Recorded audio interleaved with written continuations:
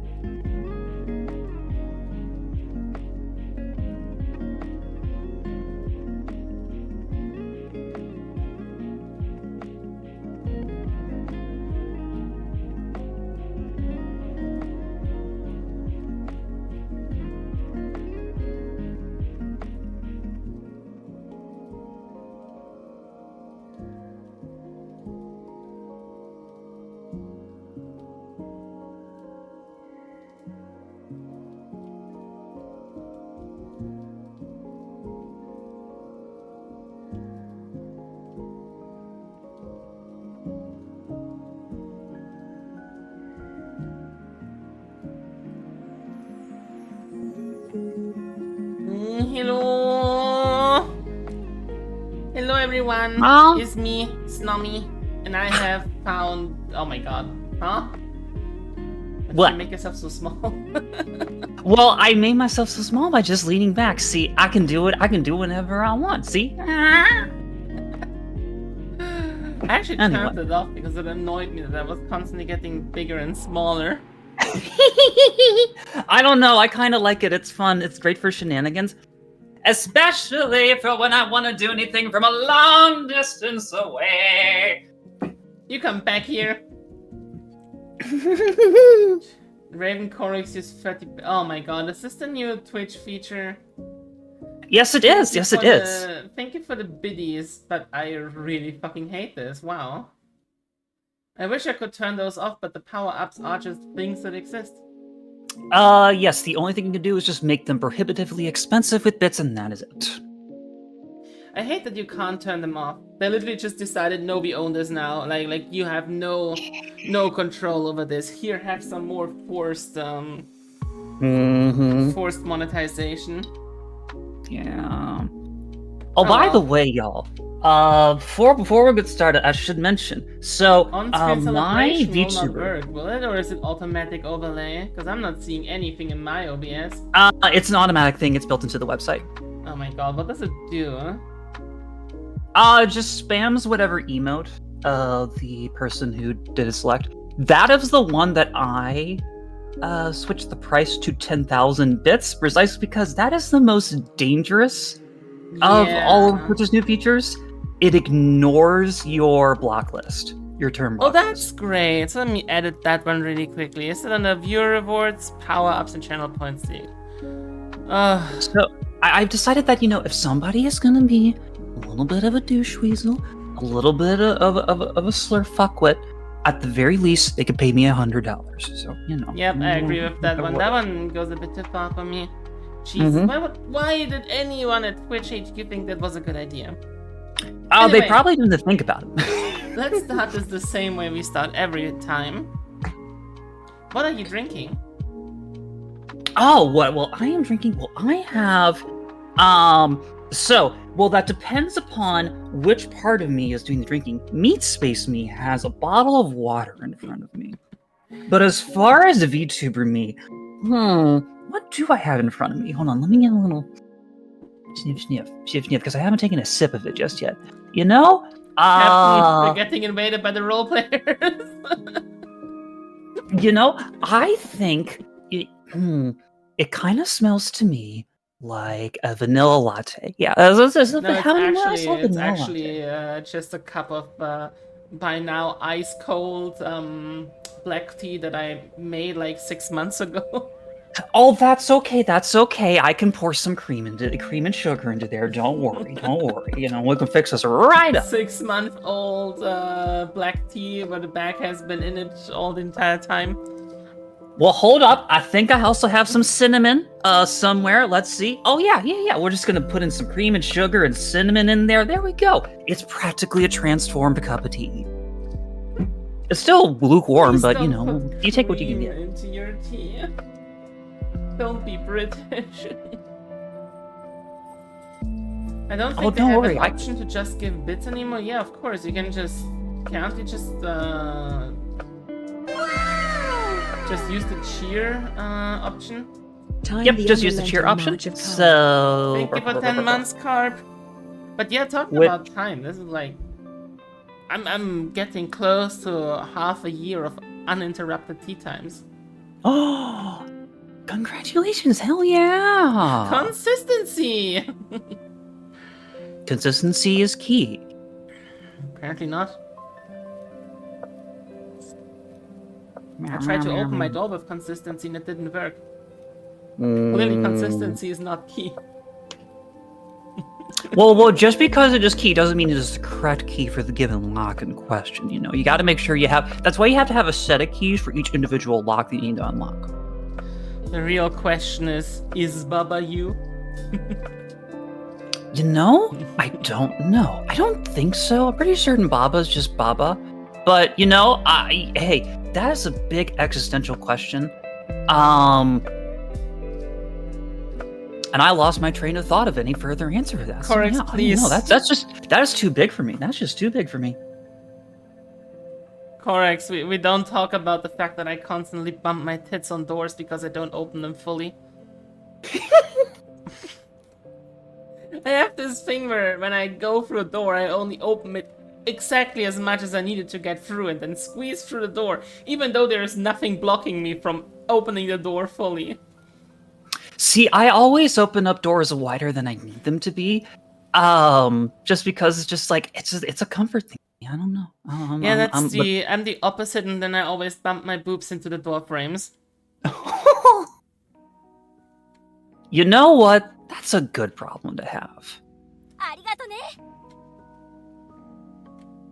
In some ways, I'm a little envious. I want my boobs to bump into something. Correct. Why don't you take a biddy of these nuts? Anyway. Biddy of these nuts. No. Biddy off of these tits. Biddy off of these labia. No, I'm not letting Corex bite my tits. God fucking damn it! Give me a second, I'm quickly have to shoot a bird out of a tree. Wouldn't it be funny if I just went in and banned Corex from his own Discord? No. Well, I mean, you know, your prerogative. Regrettably, we are of the same administrator level, so I cannot bonk him. Oh, well, Can't even change his name. Hi, Norabelle. Meow, meow, meow, meow. Hello, Norabelle. I heard you're a nerd. Who's Norabelle or me? No, you. Oh, yes, I'm very nerdy. My friend and I are currently in the progress of joining a new Pathfinder campaign. Unfortunately, I'm not that kind of nerdy. If it was Lancer, I'd be interested. God, I haven't heard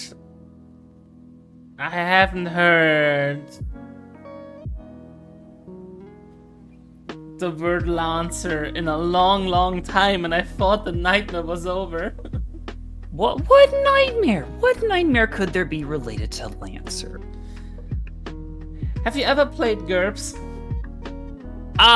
No, despite Kiri's best attempts to convince me and everyone else to play GURPS, I have not. Yeah, after you've played GURPS, I value Lancer less than GURPS. Interesting. Which is hard because I really fucking hate GURPS. Well, that's good to know. I will never play GURPS, so that way the setting of Lancer is never, ever ruined for me. Don't worry. You don't have to play GURPS to hate it. Oh no, like, I will definitely say, when the last Lancer campaign that I was in, like, when I say that I would be interested in Lancer, I'm interested in the universe of Lancer. I'm interested in the lore and the setting of Lancer. Not really so much the actual gameplay. I've found in the last Lancer campaign that I was in, I don't necessarily like TTRPG combat all that much. I'm in it for the roleplay, and when things are a little bit too combat focused, I'm like, I'm not having as much fun as I would like, because TTRPG combat takes way too fucking long for me. I'm sorry. Yeah, but that's specifically a thing when players don't know what they're gonna do. Which is why in my campaigns I have a rule that says keep your combat turns to reasonable times. If you take too long, I will artificially restrict your time. I'm gonna start an actual timer. And if the timer runs out, your turn is done no matter where you are. Because I had players that took like 2 minutes or 3 minutes, 5 minutes for one turn. I was like, no, we're not doing this. See, the thing for me of that, like, I found that even because, like, I like to plan ahead.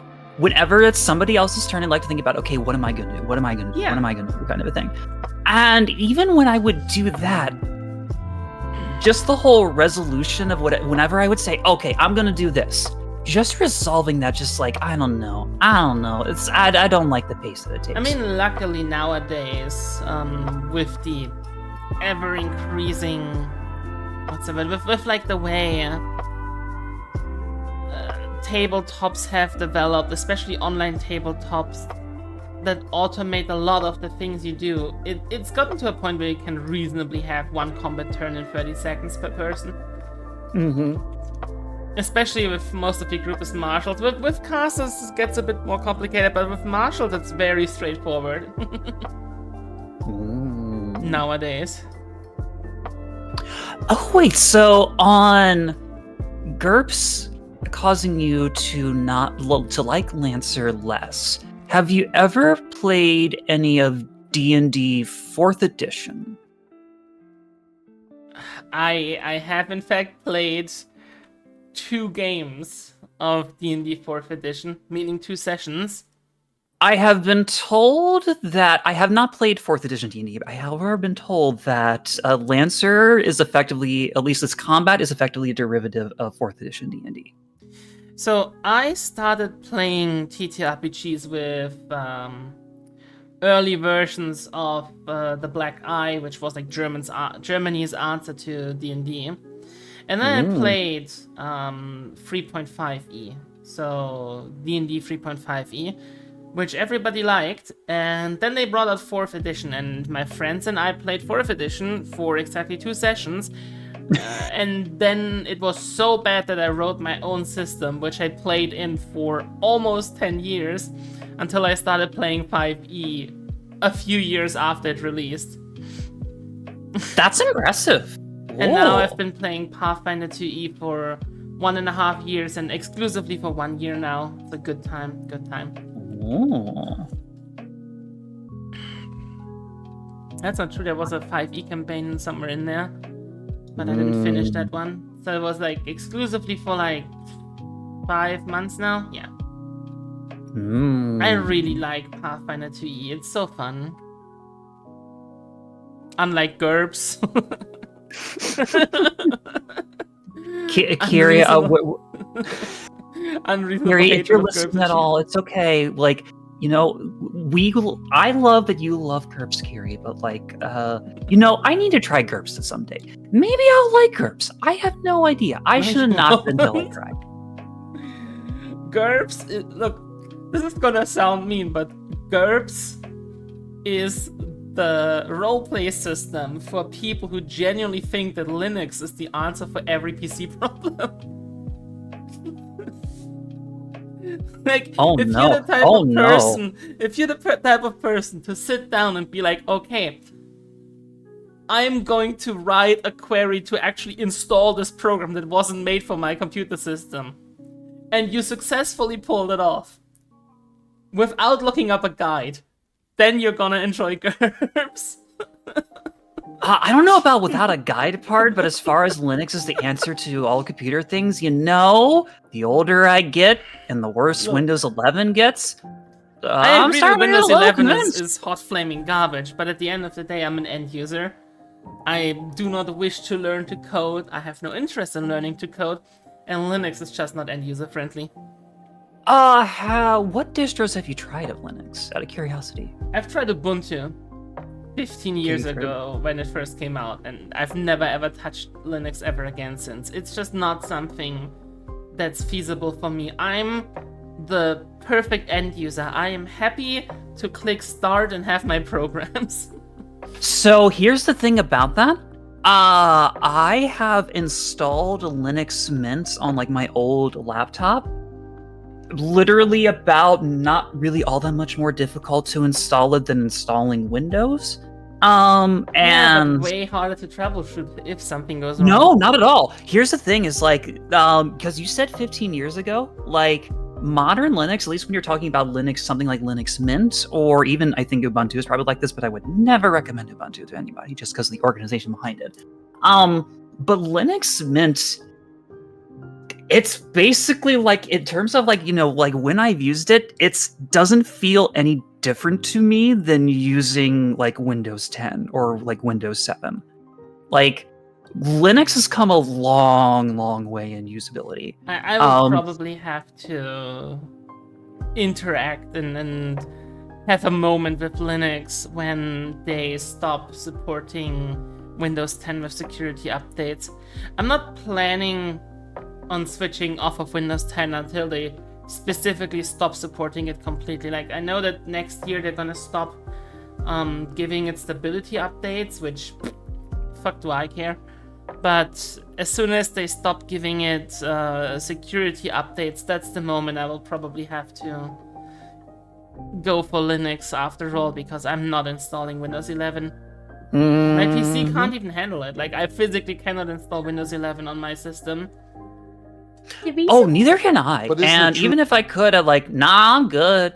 I'm good. I don't need Windows 11 for anything. I'm good. I would install Windows 11 if my PC could run it, and B, if it didn't have ads in it. Like, the idea that they show me fucking ads in my own task menu is just so fucking insane. What fucking cunt at Windows sat down and was like, yo, let's show people ads in their operating system? Like, who hurt you? How does it feel to wake up every day as a walking condom advertisement? I don't know, but they probably wipe their butts with all the money that they get paid, so maybe they just sort of live with it. I don't know.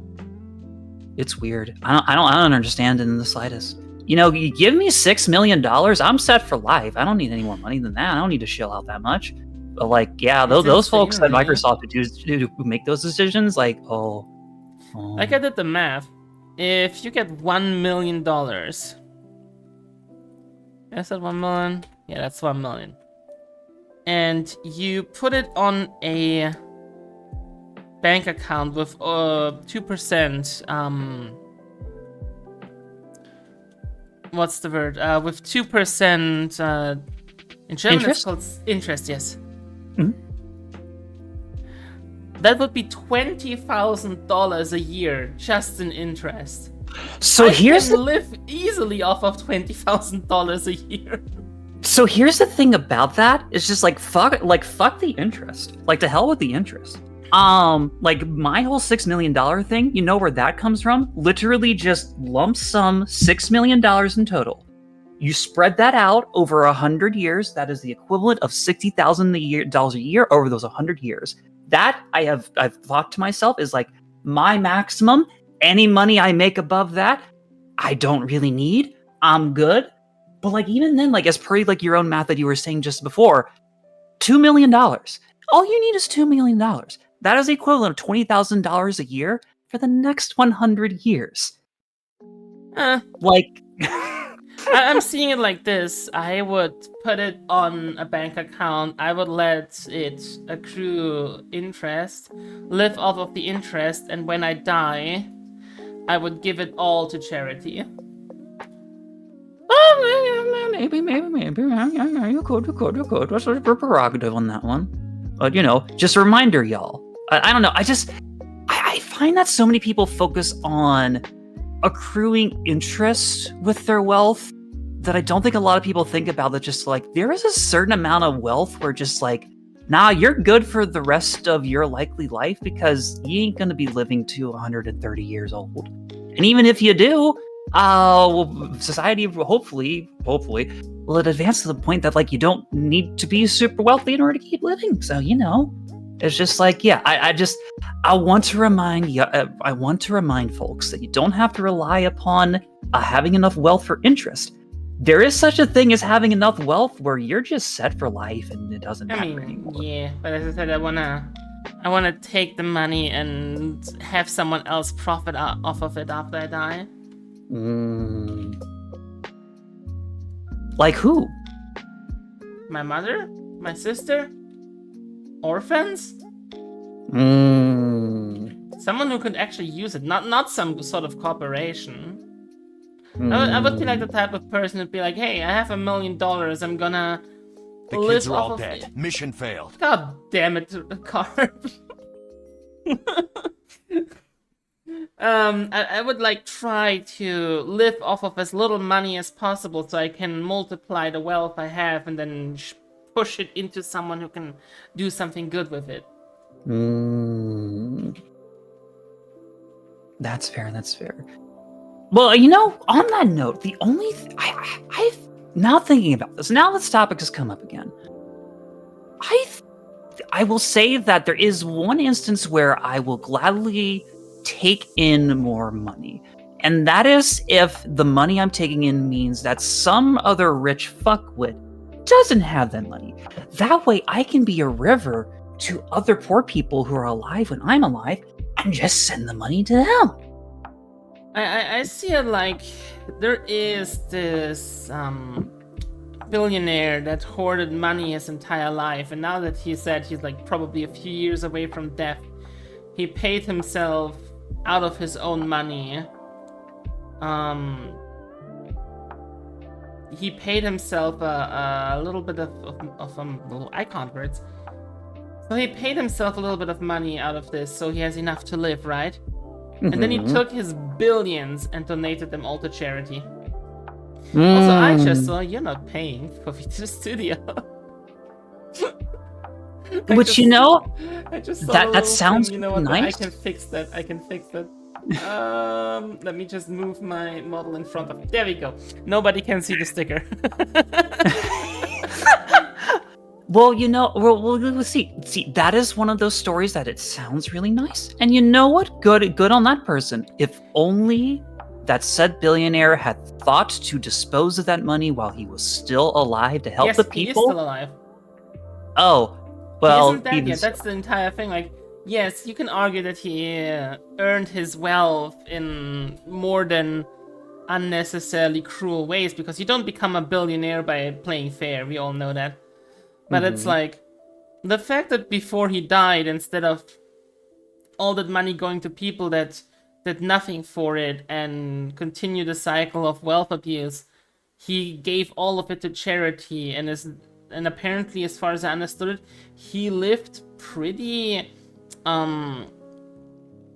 in like pretty normal means for his entire life. Like, yeah, he is still a fucking billionaire, he still deserves to burn, but hey, at least this one deserves to burn a few degrees less hot. I'm trying to give them a chance. Don't give them a chance.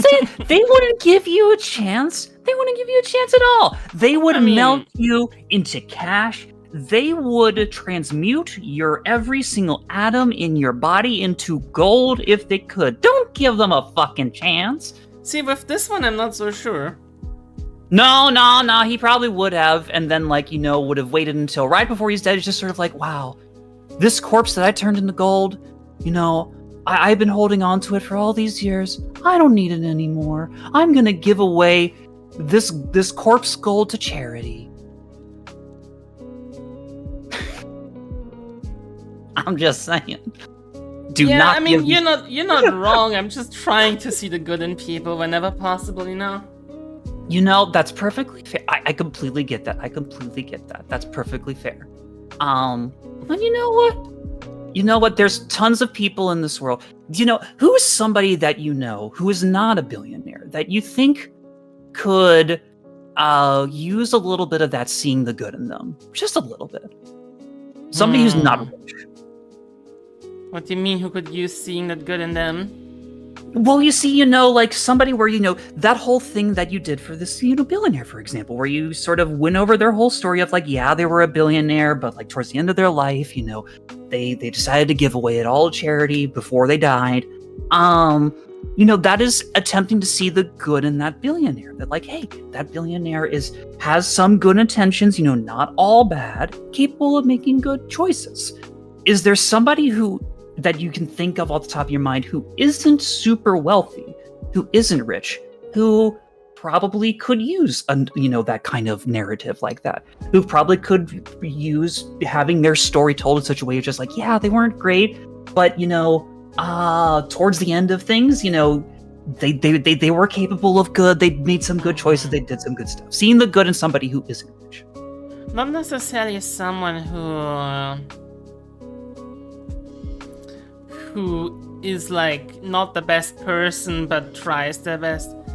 I know a few people who are just genuinely good people who I would love to get a bit more attention from the world. And a bit more love from the world, like definitely all of my teammates. Yeah. Definitely Coffee. Like, Coffee tries so hard and she's such a supportive and lovely person. And it feels like everything the world does is just throw shit into her face, and it's just disheartening to see because she deserves so much better.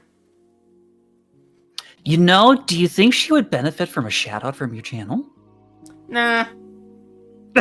Coffee and I share 90% of our audience. Well, you never know. Is there anybody here? Well, I know that like my audience is not awake right now. Like my audience is point. I think Corex and I share 80% of our audience as well. Well, even still, hey, there's that little bit. There's that extra 10%, 20% who just sort of like, maybe they just need a little reminder, a little bit of nudge. And sometimes, it's just sort of the nice thing to do. I don't know.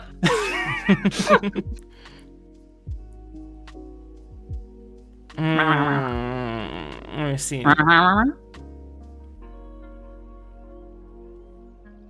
I feel like I've been asking a lot of questions, and I'm not going to stop just yet because I have one more question. Please Do you go have ahead. any special interview questions for me? Oh, I don't really write any iConverts. I don't write any interview questions down or something like that. Oh, a true improviser.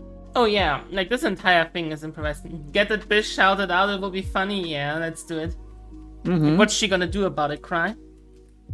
Yeah, shout her out. You know what? Get loved on. Y'all go in and follow my teammate Coffee. She's adorable. However, she's in the worst time zone, so she streams 12 hours after me. So if you're awake at midnight my time, in like 12 hours, you might be able to catch her streams.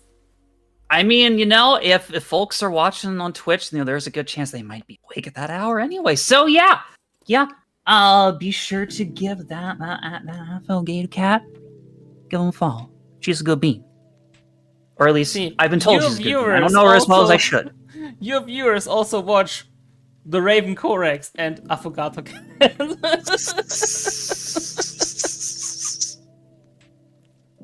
You know what? I'm gonna give her a follow right now. Seems for like you it might be a bit easier to catch her streams, right? You're American as well, if I remember correctly.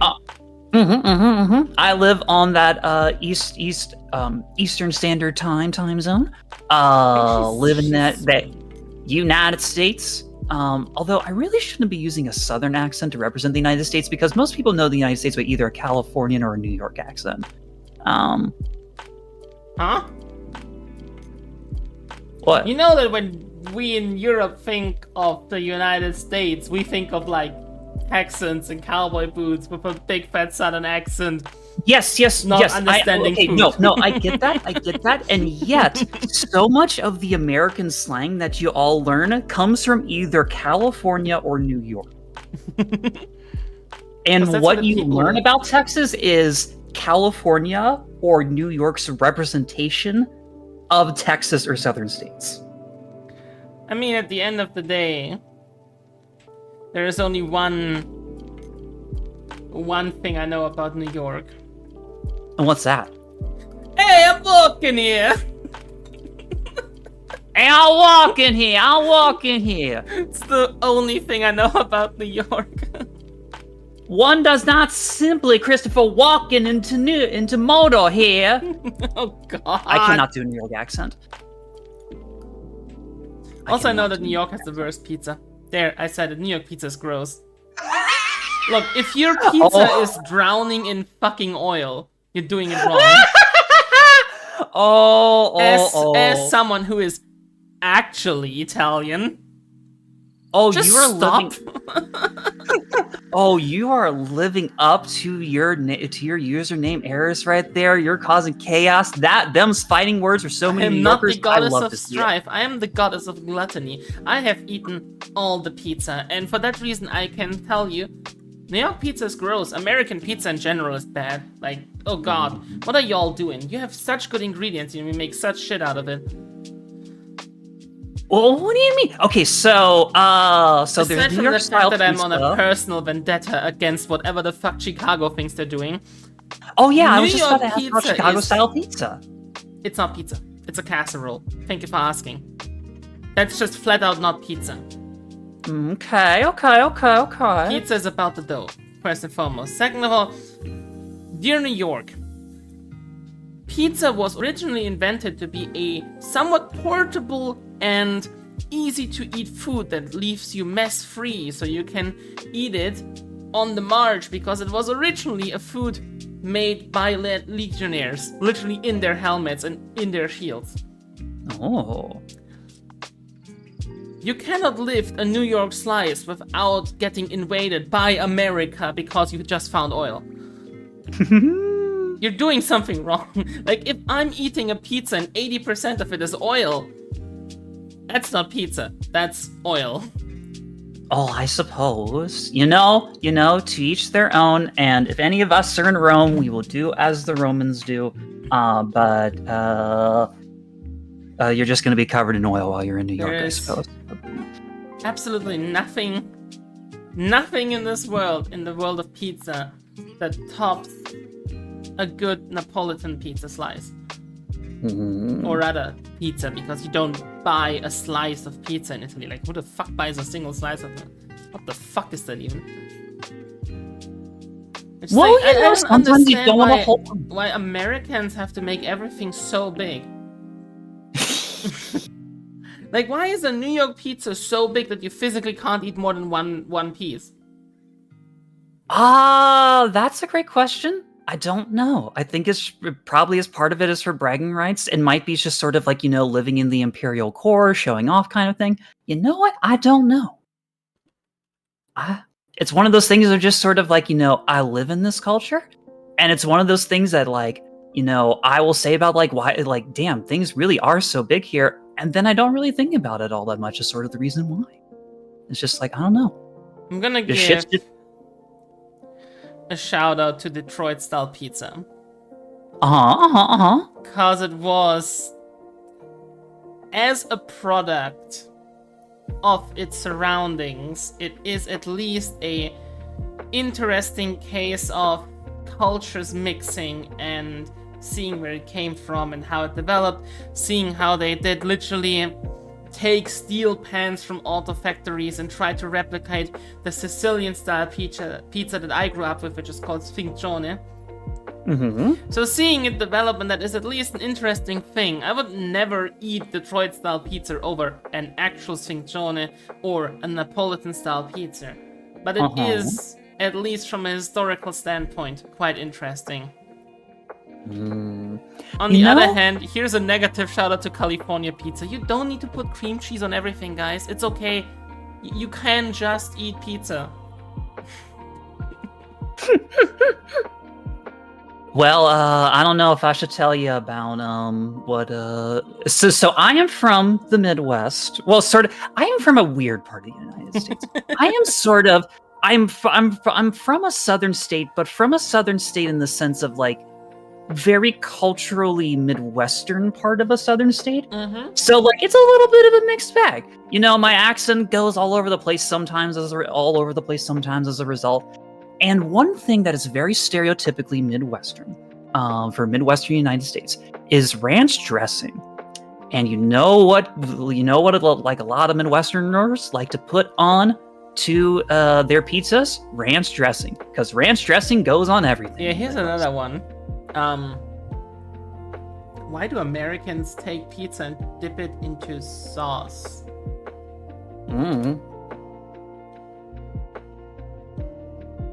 I don't get it. Like, I don't do that. I don't do that, but you know, some people just find it fun, and I'm not gonna. I am not gonna yuck that yum. No, I am gonna yuck the yum. Like, what the fuck? Who takes a pizza which already has, mind you, sauce on it and cheese, and then dips it into more sauce and more dairy? Why? Why? What the? Because to give more of it. You know, it's all about like, you know, different like I would imagine, now that we're discussing this, now that I'm thinking about it a little bit, maybe it's also like it's you know, I said that and then I lost my train of thought anyway. But if I get my train of thought back by just continually just overbearing the conversation just a little bit and continuously talking, hopefully I come up with a sentence. And the sentence that I come up with potentially is, I think, is something like this. Where I think part of the thing is like, there are some ingredients that are just more fun to have if they're put on after a food product is finished cooking, as opposed to mixing them in with the thing as it's being cooked or baked. And I think that's like probably sort of the idea behind so much sauce going with a lot of American pizzas. Is like additional sauce, I should say, is probably just because it's just sort of like, it's just for the fun of it. It's just for the fun of it, I think. Anyway, let me roast every single American pizza style really quickly. Chicago deep dish isn't pizza. It's a casserole. It is nowhere near the pizza area. It's just everything that's wrong with American food in one dish. New York style pizza is way too oily. What the fuck are you guys doing? You don't need to be able to use it as grease for your cars. You can buy separate products for that. It's okay. Sicilian style pizza is not actually Sicilian style pizza. Why did you call it that? But hey, Portland, Oregon, do your worst. You like soggy crust. It's okay. Greek style pizza. You guys are aware that Greek and Italy are not the same? Greeks don't have pizza. There is no Greek style pizza. That's not pizza. That's a different dish that you just call pizza. But hey, sure, go ahead. Neapolitan style pizza in America is not the same as Neapolitan style pizza in Napoli, because in Napoli we make pizza alla Napoli, which is not Neapolitan style. Napoli. Please don't gaslight yourself into thinking you're eating actual pizza. Go to where it's from, learn how to make it, then go back, try again. Detroit style pizza, I already told you, yeah. It's nice that you found some rusty old pans and made some food in it. More power to you, but clean them next time. California style pizza. If I see you put barbecue sauce, nuts, and eggs on pizza one more time, I'm getting my rolling pin. And then God have mercy on you, because I won't. St. Louis style pizza. You guys are aware that provolone cheese is not the only cheese on this planet, right? You can buy mozzarella in stores nowadays. You don't need to drown your pizza in a cheese that's not even native to your area, okay? I've never even heard of St. Louis style pizza. Damn, keep going. And New Haven style, I am aware you make a burnt bottom and then make a sweet sauce on top to counteract the bitterness from the burnt bottom. Have you guys considered turning the oven down a few degrees? Then you don't need to put sugar in the sauce. There you go, America. Fuck your pizzas. You know, on that topic, hire a new chief. So this may get a little bit on the feisty side. Hit me. potentially. But I do know from that so a lot of folks born and raised and live in Ireland, true Irish folks kind of occasionally side-eye some of the quote-unquote Irish traditions that Americans of Irish descent really like to, Yep. to do. So what do you have any spicy take opinions upon the Italian descent diaspora that lives in the United States? People who are like 2 or 3 or 4 generations removed from the first Italian immigrants who moved to Let's be real here, first and foremost. We're talking about more than 4 generations. In most cases, it's been like over 200 years that those people came over now. So we're talking about more like 8 generations.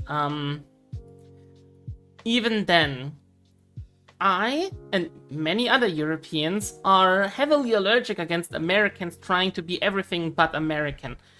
The thing of like, my family is Irish, or like my great-grandfather came from Ireland, so I'm like no, you're not, you're American. You grew up in America, you were socialized in America, you spent your entire life in America, you have no connection to the country you pretend to come from. Please stop cosplaying as a European country when you have no fucking connection to us. And what's really dumb is when you have people who are like, oh, I'm Italian American, and then they come over to Italy or to Germany or whatever they think they come from, and they announce that they are Italian American or German American. They announce it as if they expect praise and if they expect to be treated differently because they come, oh, this is my actual... No, it's not your country. You're also just a tourist here. We're not going to treat you any different because you announce, oh, I'm Italian American, or oh, my grandfather was Irish. It's like, what do you expect us to do? Give you a hat pad, give you a medal, give you a honorary citizenship because you happen to have some blood connection to this place? You're not Italian. You're not Irish. You're not German. You're not French. You're not any of these things. You're American, and that's okay. You can just be American. The other thing about Italian Americans that I can say is Italian American culture is very different from Italian culture because most of the people that went from Italy to America were from the poorer regions of Italy, meaning the south of Italy. So these people came from really poor areas, right? Mm-hmm. And they had lived lives of hardship up until this point. And they suddenly were confronted with the fact that in America, they were economically way better off. And they were suddenly surrounded by luxury and things that they could actually afford, like a lot of dairy or a lot of meat. And over the time, Italian American culture has split off massively from the areas these people were originally from. Meaning that many of and this is a thing for every culture you can think about in America, all these mixed cultures all have in common that the people that moved there were either religiously persecuted or very poor in their original countries. Mm-hmm. So their experiences have been extremely warped by the overabundance of luxury that America offered them, comparatively. And a lot of things have changed in our countries in the meantime, and things developed entirely different in America. So those things they celebrate, like St. Patrick's Day, for example, have not a lot to do with the original reasons or ways they were celebrated over here. Like, for example, I know that many Americans or Italian Americans call their grandmothers Nana. Mm-hmm. In actual Italian, it's called Nonna. But it was mixed with the actual experience of having romance and having Spaniards around them and getting put into the same ghettos, especially with the Greeks, because they all looked similar, you know? So the experience is very different, and to expect that someone outside of America celebrates the same events, or even the same events in the same way, is a very dicey thing. Because there's like 200 years of morphing and changing in between that. On the flip side, if you look at Pennsylvania, like for example the Pennsylvania Dutch and stuff, they are still holding onto traditions that by now have completely fallen out in our German countries. And I played a recording of Pennsylvania Dutch to my great-grandmother while she was still alive, and she could understand it, but I couldn't. Because our language had completely evolved in the meantime. She said, that sounds like how my grandfather has talked. Huh. So my great-great-grandfather, no, great-great-great-grandfather, he actually talked the same way the Pennsylvania Dutch talk today. So that's super interesting in that regard, but please do not equate our cultures. It's not the same.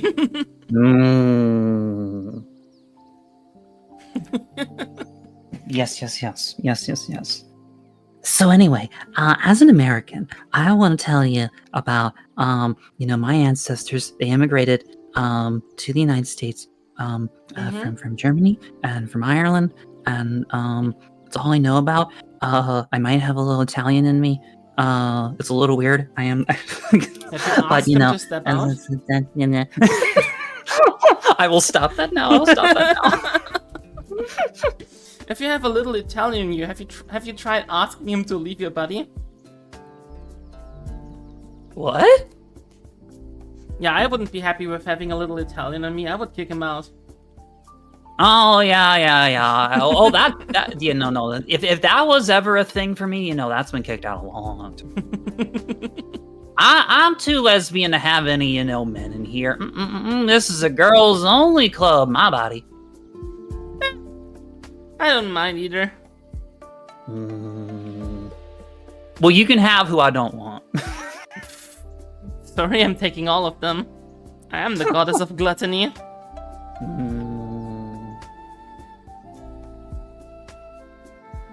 Huh, interesting. Oh? What's interesting? Oh, I just got a wonderful notification on X. Oh, Zitter. Oh, yeah, Zitter. Oh. Oh well, who cares?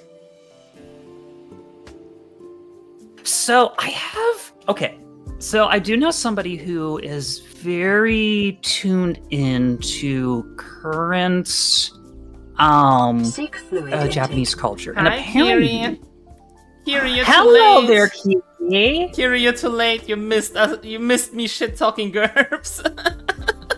Also, Kiri, I want to say, I've never tried GURPS before. Even though I've heard nothing but bad things about it, I shouldn't knock it until I try it. So, I'm willing to give GURPS a fair shake. Kiri, it's even worse. I tried to shit talk GURPS, but the way I did it made it sound more appealing to Medusa.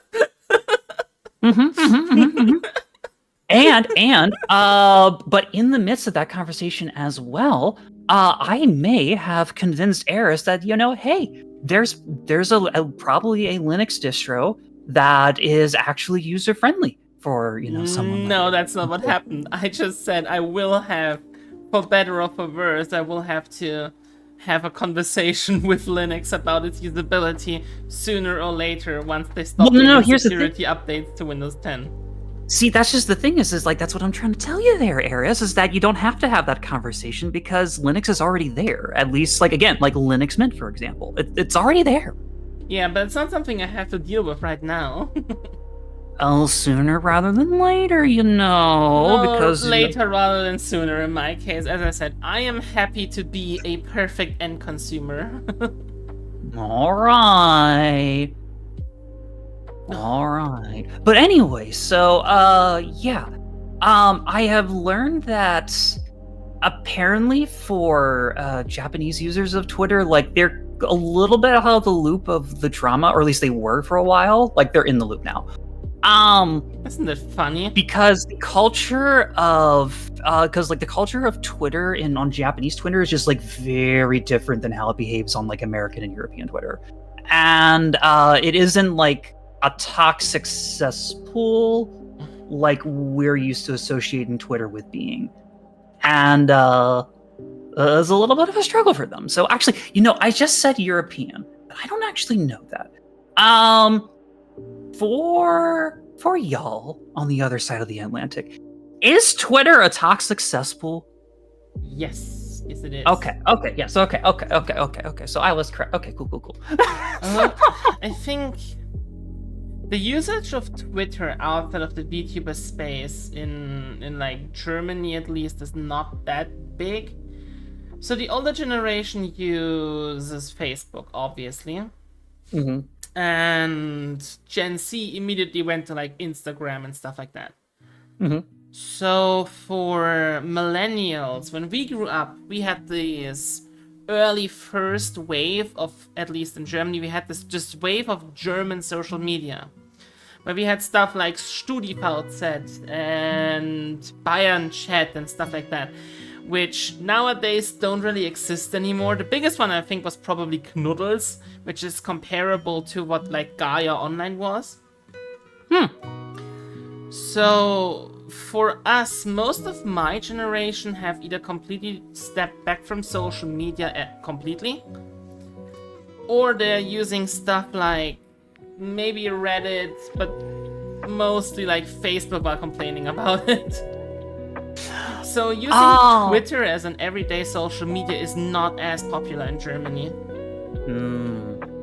So I've also noticed, at least in my time on Mastodon, just sort of like there seems to be an almost overrepresentation of Germans on Mastodon, I've noticed, compared to other nationalities, at least for a little while. That has changed, but that's how it was when I first joined Mastodon like a year ago. Give me a second, I'm having a stroke reading this in chat. Oh, hold on. If you're having a stroke, I could give this a shot. 1 second. Hey, some random army ranger guy. I don't know how to tell you this, but I'm legitimately not even British. But let me try. Greetings, m'lady. Could I interest you in a bottle of fish and chips? Perhaps some of your finest beef Wellington as well.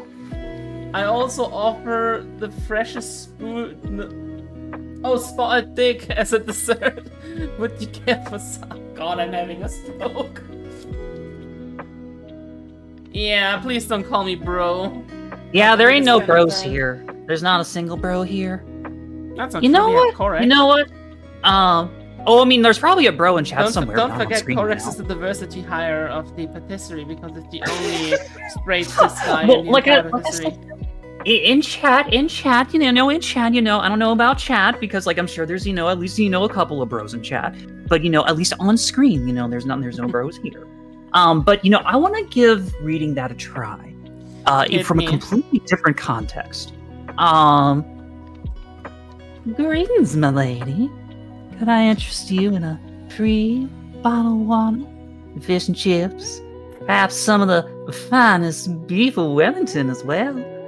I also offer the freshest spotted dick as dessert. Would you care for some, my lady? Absolutely beautiful. Yeah, I think I'm just gonna fucking collapse now. Hey, Kiri. What are you hacking at? Hi, Kiri. What are you hacking at, girl? What's wrong, Kiri? Use your hey, words. Hey, Kiri, 25 months. Thank you. Much appreciated. Oh, you just woke up.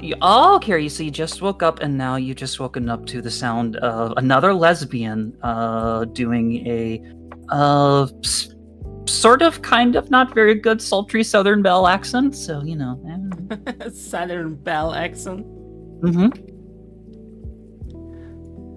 I legitimately can only have 2 accents. I can do a really, really bad Arab/Greek accent in English, and I can, after years of trying, I have managed to turn my German accent up to 11. Both of those I learned for D&D character. So I can talk German accent only with the character voice of my D&D character. Ooh, do it. If you can. Well, you see, the thing is that Elfriede has a very German heritage, so she obviously talks with like the most German accent you can imagine, and it is very annoying to use this over long times.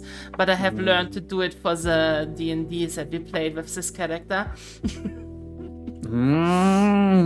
Fun fact, Elfriede was heavily inspired by the Nazi vampires in Helsing. Oh. Mainly the parody. Oh. Which makes it Well, even worse. Ich bin ein Berliner, wo ist die Badezimmer? The Badezimmer? Hallo. Wo ist das Badezimmer? That is, the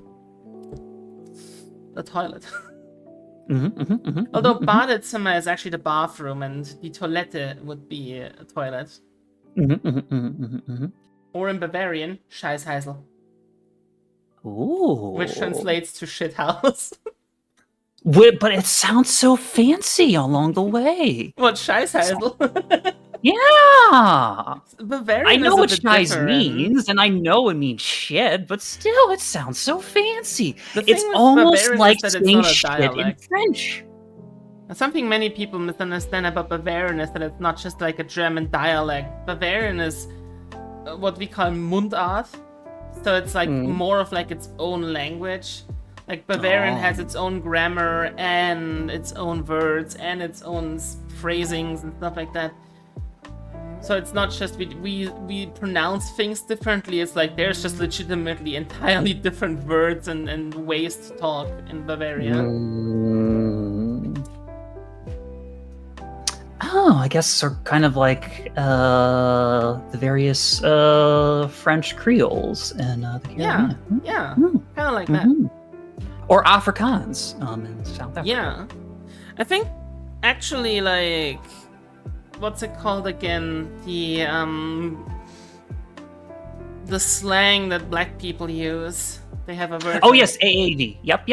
African American. It's called African American vernacular, which is sounds so academic to me, but it's what we got. I mean, so not just because they're black doesn't mean they can be any less academic. Well, no. I mean, like, because, like, German, so when you talk about, like, the German language or, like, a Creole or, you know, American English, it doesn't sound so academic.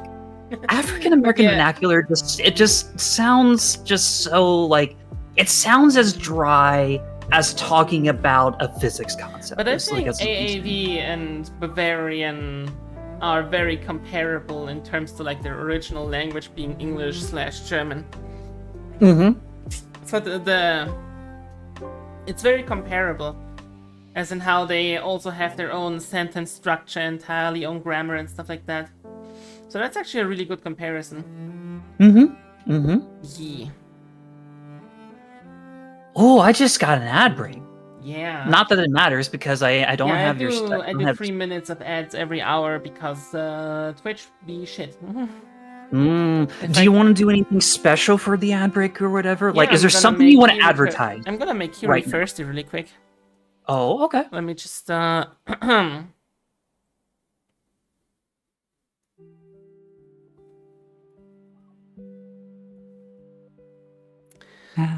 Kiri. Abs. How are you doing, Kiri?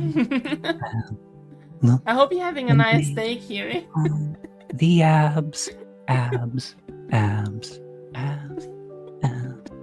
Oh God, help, I screwed up. No, the wrong button. No.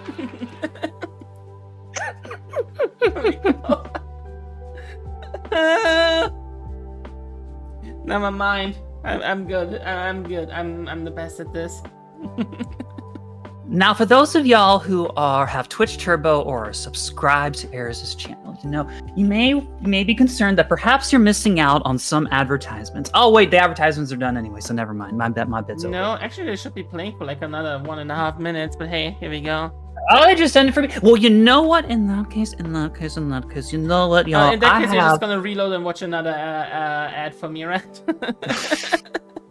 Well, no, I have an advertisement, so that way, for your subscribers and for the Twitch Turbo folks, so they don't feel left out from the typical Look, Twitch experience I'm a little bit. telling you the same thing as I told everyone else. Please feel free to use an ad blocker on my channel.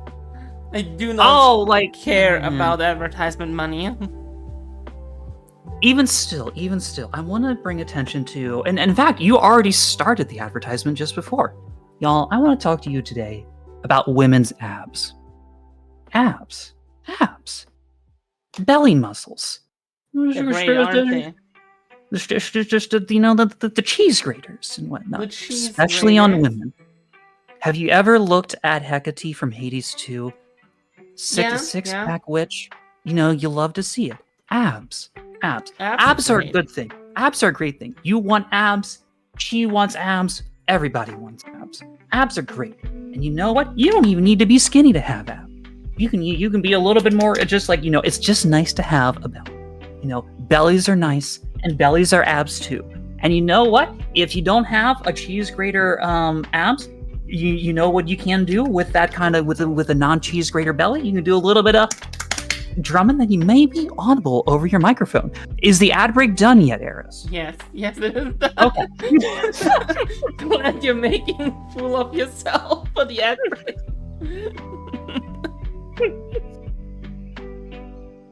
Anyway, where were we? Yes. But yeah, AAV is very comparable to Bavarian. It's a bit like the difference between Spanish and Catalonian. Interesting. Well, from my understanding, Catalonian is its own origin entirely. It isn't even related to Spanish. Oh, then I might be wrong there. Yeah. It's sort of a similar thing of how, Hungarian is just not at all related to any of the languages in the surrounding countries. It's more related to a lot of the, I think the language group is Turkish languages, or at least steppe languages, so yeah. That's because Algeria was actually part of the Turkish Empire at some point.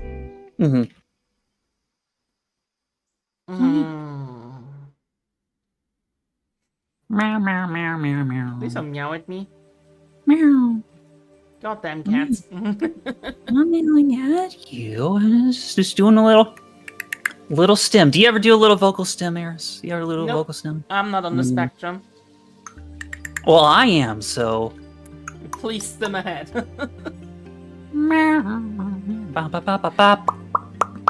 For me, it was very interesting to see how the reaction to the whole Twitter drama is basically none.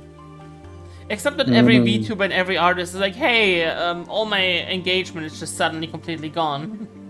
Yeah, see, here's the thing, is just my response to the Twitter drama was to leave Twitter and never look back. I don't even click on Twitter links anymore. No, it ain't worth it anymore. It just is not worth it anymore. So I have a little song for y'all. Very short one where it's just y'all, every day's a good day to stop using Twitter. So, Yeah, I mean, I decided to go to Blue Sky. I guess most of my reach, if you can call it that, happens via Twitch anyways. So, whatever.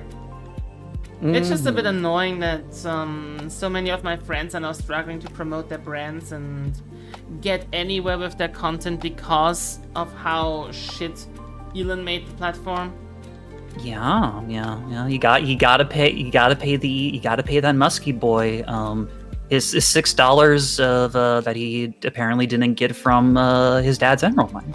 I just love how the also good businessman came in, and in a matter of 2 years, just reduced Twitter's worth by 90%. And with every update it gets worse and worse, and nobody has the balls to go to him and be like, hey, maybe you're stupid. Well, he fired all those people a long time ago. Yeah. He is like the world's biggest clown, although this latest change of hiding likes is absolutely malicious. That is purely to interfere with the election, because in 2020, most of the anti-Trump movement was organized via Twitter in the US, and removing the likes is 100% a way for him to limit the spread of stuff like that, limiting the reach. It's election interference. And I promise you, as soon as we get closer to November, we're gonna see a lot of artificially pushed Russian interference. It is also as a way of, because Elon likes to, well, he has a habit of, putting his little like, even if he doesn't retweet, he will often retweet fascist stuff, but he also just likes to, like fascist stuff.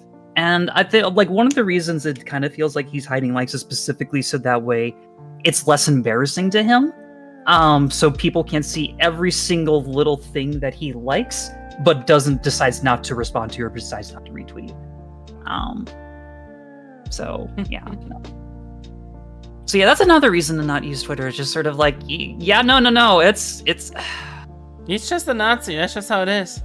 Yeah, like it's literally a Nazi bar. Y'all know the parable of the Nazi bar? That's Twitter right now.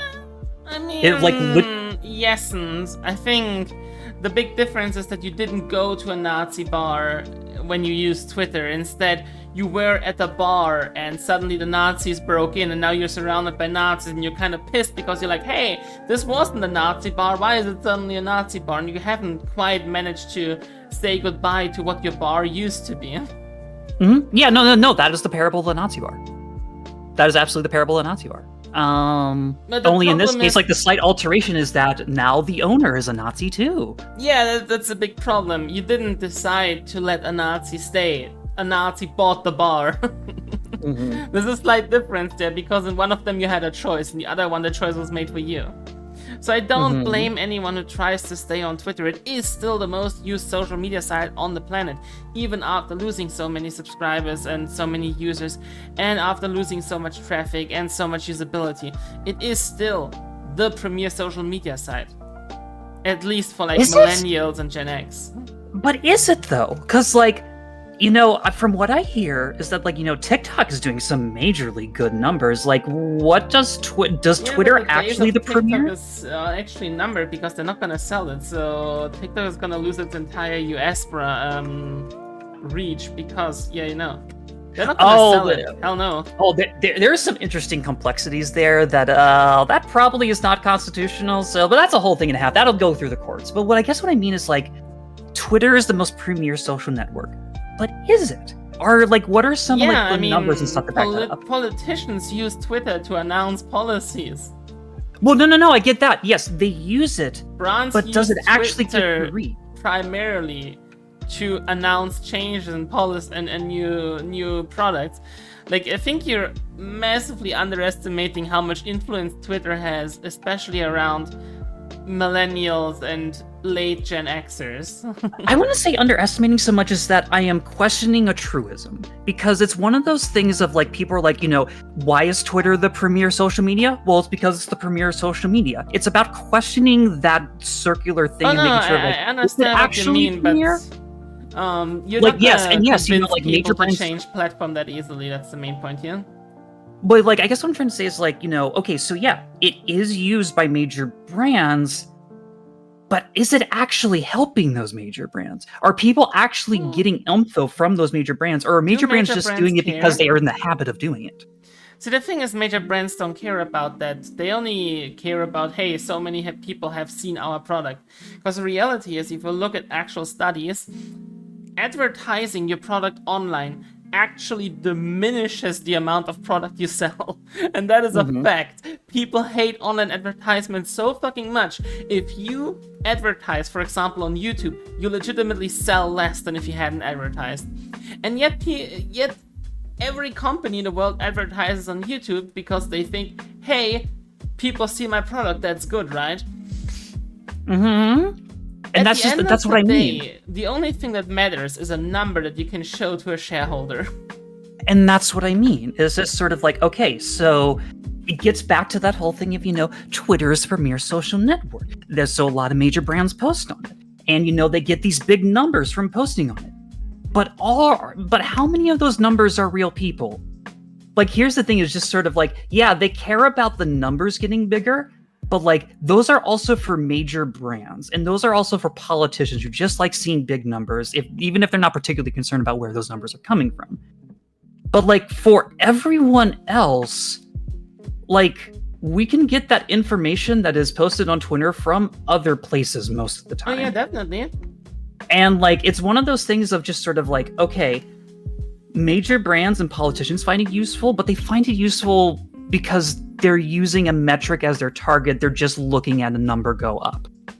They're not actually thinking about whether that number going up is actually helpful or useful to them in any way.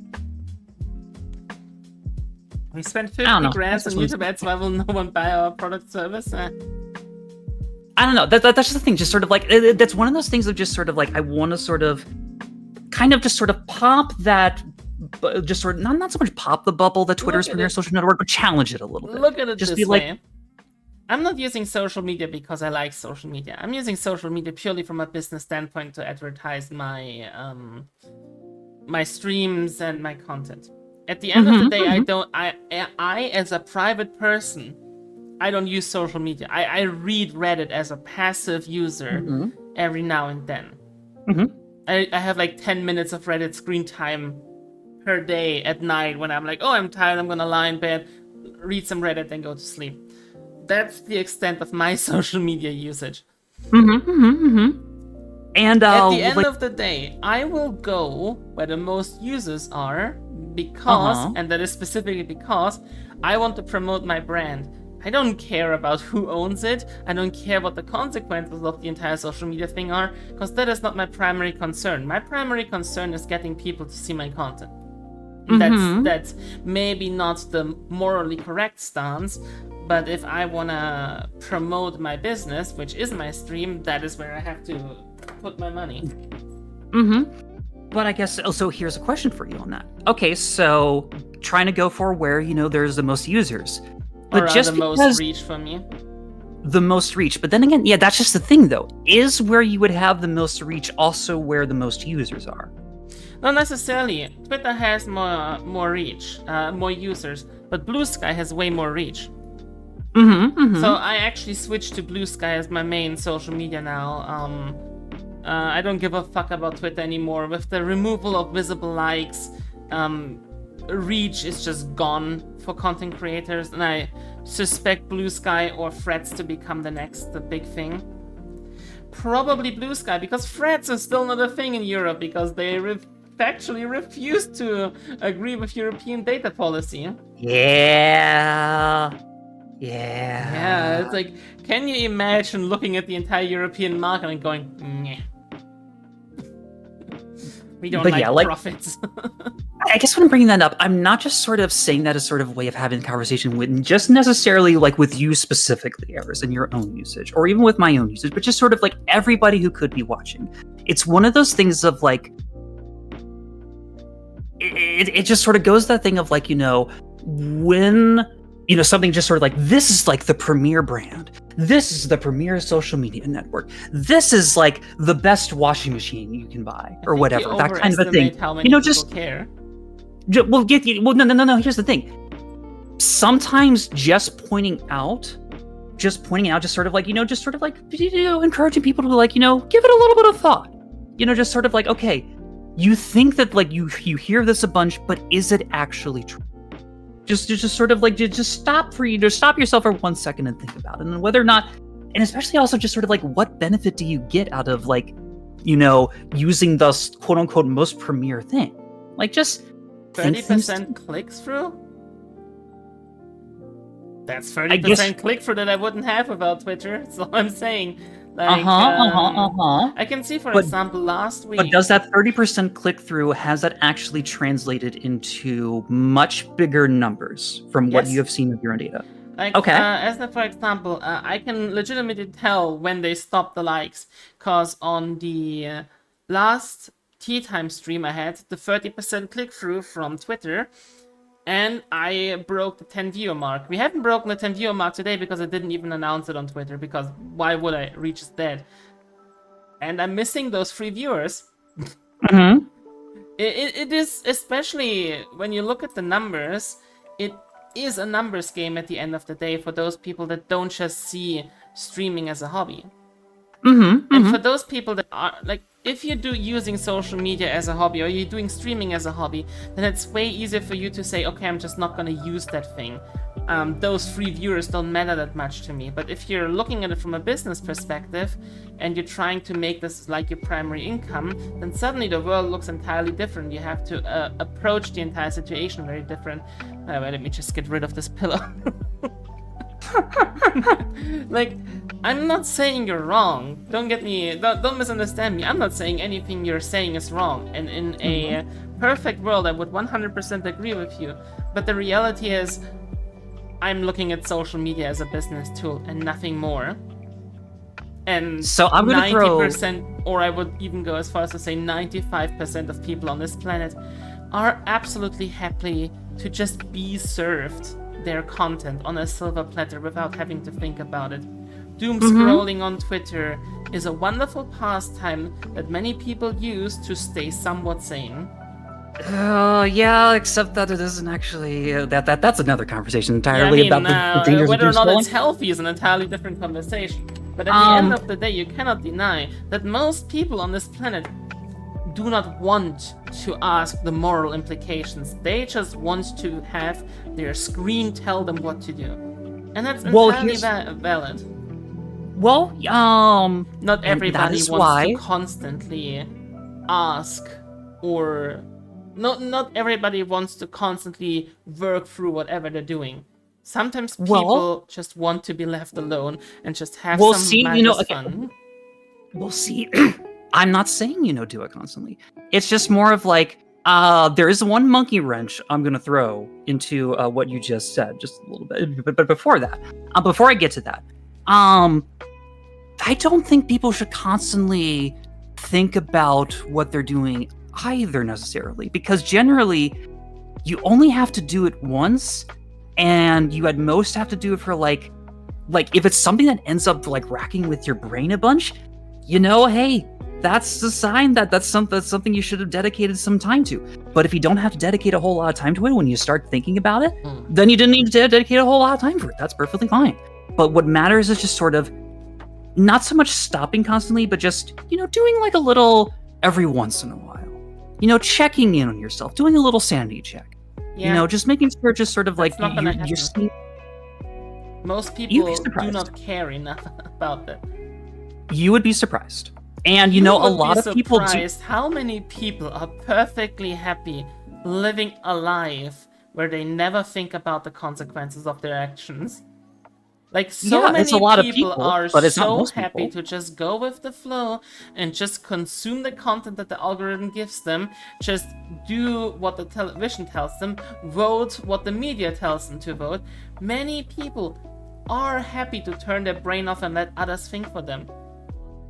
You would be surprised, like, people like you and me that ask the question of, okay, what's behind this? We're not the majority, and that's absolutely okay. Many people are completely fine with being followers, and you cannot ignore that for them. They will simply go to wherever it is easiest to be entertained. So then is there no value in pointing out to people that they can think? Yes, and I think there is a value in there, but also you have to be prepared to fall upon deaf ears, and some of those ears actually reacting negatively to it. Yeah, no.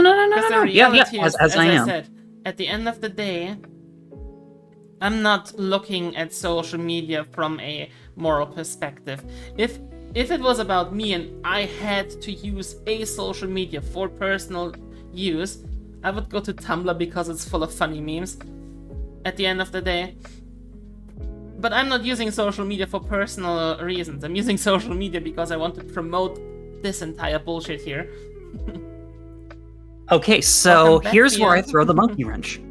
My only source of income last year was from Twitch. like Twitch, like even though I don't stream, like 8 hours a day or 6 hours a day every single day, I do not do the equivalent of full time, mostly just because I just don't have the energy to. It's not because like I see Twitch as a hobby. It's just a sort of like there is a limit to what my streamer endurance, unfortunately. I would stream more if I could. Those spoons either. Yeah, I would stream more if I could, but like I kind of can't. Or at least I do what I can. So yeah, no, Twitch is not a hobby for me. And even still, like I do kind of think about Twitch and like my streaming stuff a little bit from a business perspective. But at the same time, what I've also noticed about the business perspective is that like the little tiny numbers that I did or would get from places like Tumblr or like Twitter, either it wasn't consistent enough to really justify it, or they weren't big enough numbers to actually make, a quantum difference in terms of like where I am as a streamer. Like I didn't become affiliate as a result of people on Twitch. I got to affiliate as a result of friends watching me first. And and they got notifications of like when I was streaming, not from Twitter, but they got it because I'm friends with them. So they just sort of like, hey, I mean, at the end of the day, if you're talking about growing on Twitch, sadly, the most reliable way is to build an audience off-platform, be that either YouTube or social media. But what you can no, I'm not going to disagree with that. And I think that something you have done is that you already had an existing community outside of Twitch and leveraged that one to grow that community. Oh, I didn't. I didn't have. You just said your friends. Friends, but like, I didn't get the friends from content creation. They're just people that I knew. Yeah, but you already had this existing community, and you could leverage that one to create viewer numbers. And if you're not at the very bottom of the list on Twitch, it's way easier to grow. But so can everybody else on Twitch. Most people on Twitch have friends. It's a matter of. You would be surprised how many people on this platform don't have friends that watch them.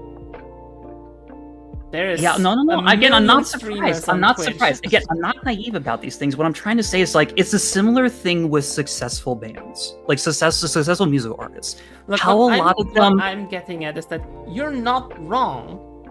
I'm just saying, I personally and many other VTubers are trying to leverage every single lever we have to somehow get that one more viewer. Because that one more viewer can be the difference on where you appear in the list. Whether or not you appear in the top 10 in a gaming category makes a huge difference on how many viewers you can have that stream. Like for example, if I start streaming and I stream Subnautica, my regulars turn up, but I get none of the coming in and the pass-through viewers. That maybe then stick around and support it, because I never have a chance to reach the higher numbers. But when I stream Monster Hunter Rise, I can reach like 15 viewers based on, I'm in the top 10 viewers or in the top 10 streamers. People actually see my stream. Now there's a chance they actually click on me. So that one viewer can actually make all the difference. And I don't think you can blame people for using even the morally questionable levers like Twitter to promote their stuff, when that one viewer can make the difference between getting a new community member or not. But here's the thing, well, like from a business perspective, when it comes to, approaching streaming from a business perspective, where would you like your business to go? Do you want to be partnered on Twitch? Do you want that checkmark? Obviously. Okay, then. How long have you been streaming on Twitch? I've been streaming as a VTuber for 3 years now. 3 years? I'm not getting anywhere close to there. But I'm... So I guess that's the sort of thing. It's hard to be consistent, so... Well, that's just sort of part of my point is that, like... Okay, when it comes to promoting on social media and whatnot, especially where you promote on social media, if you're not really getting all that far with all of, getting desperate, trying for, just getting that one more view and whatnot, like, I don't think it's if it isn't going anywhere after years and years, is it actually worth it? Or should investment in trying to get more viewers and investment in trying to get to partner be But like, should other avenues be attempted other than just trying to boost your social media? That's actually what I said. Using every available lever. But we were saying in the context of social media, and I'm saying just sort of like things that are not social media. Yeah, but my point Like, is, like, it makes like no sense for me, from a business perspective, to limit myself artificially because I disagree with the owner of a site, or Well, I guess because the thing it's is, like, not is a decentralized thing, or because, as I said, at the end of the day, I'm gonna use the social media that grants me the highest reach. I don't have the energy to use 10 social media platforms, definitely not. I have enough energy for one, so I'm gonna invest that energy into the one platform where I actually get people to click that little like button and actually come to my streams, and in the moment that's Blue Sky. Maybe vtube.social would be better, who knows, but I don't have the energy to deal with their entire bullshit. That's another I guess I'm just like, thing. I guess like this isn't again. This isn't As I much said directed earlier, at it's you. the same thing as with Windows. I am happy to be an end user. I do not need the most control over my system or my social media. I'm happy. I would actually wish Blue Sky had an algorithm because I enjoy being fed content. I don't need to think every single second of my day. I have enough thinking going on in that noggin of mine. I don't need to think about the content I consume on a constant basis. I guess what I'm trying to say, and again, this isn't directed specifically at you, Eris, necessarily. It's really just more of like, you want those things. You don't want to have to think. You do want you're perfectly fine with just being, you know, a regular, typical end user and not having to have completely control over stuff and whatnot. I guess what I'm trying to say is just sort of like in pointing out, not just to you, but just to anybody else who may be watching, that like, you may be surprised of what your other options are. There are not the most obvious options for getting what you want. Yeah, but you have to care enough to search out those options. Do you care enough? No. That's a fact that I don't care enough to seek out those other options. Why would I? Twitter is right there, Blue Sky is right there. It is right there. If you wanna go younger, TikTok is right there, Instagram is right there. It sure is, but it hasn't gotten you to Why would you ever, when you're already perfectly serviced and you're perfectly fine, yeah, there's some minor gripes that you have, oh, the advertisement is annoying, blah, blah, blah, all of that. But at the end of the day, if you're already being serviced, and this is your relaxation time for most users, why would they ever seek out something else? I'm not saying that those options are not worth it, I'm just saying you underestimate the laziness of humans. Oh, no. I'm not underestimating. That's the whole reason why I'm bringing it up, is because that's the whole reason why I'm bringing it up. I'm not underestimating, because part of the reason of, if I was underestimating, I wouldn't say shit. I wouldn't say anything at all. I would just be like, you know, why aren't people doing this? Just sort of like complaining to myself about it or complaining to friends. I wouldn't be talking about it on a platform like this. I think it is important to understand that for me, I'm not using social media because I think it's good. If I had my will, I would only use Twitch. But only using Twitch would be a waste, because via Twitter, for example, I found Coffee. And together with Coffee, I founded the Patisserie Primrose, which is my stream team that we have right now. We have 6 members by now. Yes, my main platform is off Twitter. My main platform is clearly in Discord, where my community is. But without Twitter, none of that would ever have happened. So, at the end of the day, for me, Twitter is a useful, or was a useful tool. Now that it's not useful anymore, I'm not gonna continue using the tool. And that's the entire business strategy I have there. I'm gonna use a tool as long as it's useful. And I guess that's just sort of what the point is, that like you have done that work that you just said that you don't have you do not have the effort to do. You have thought this through.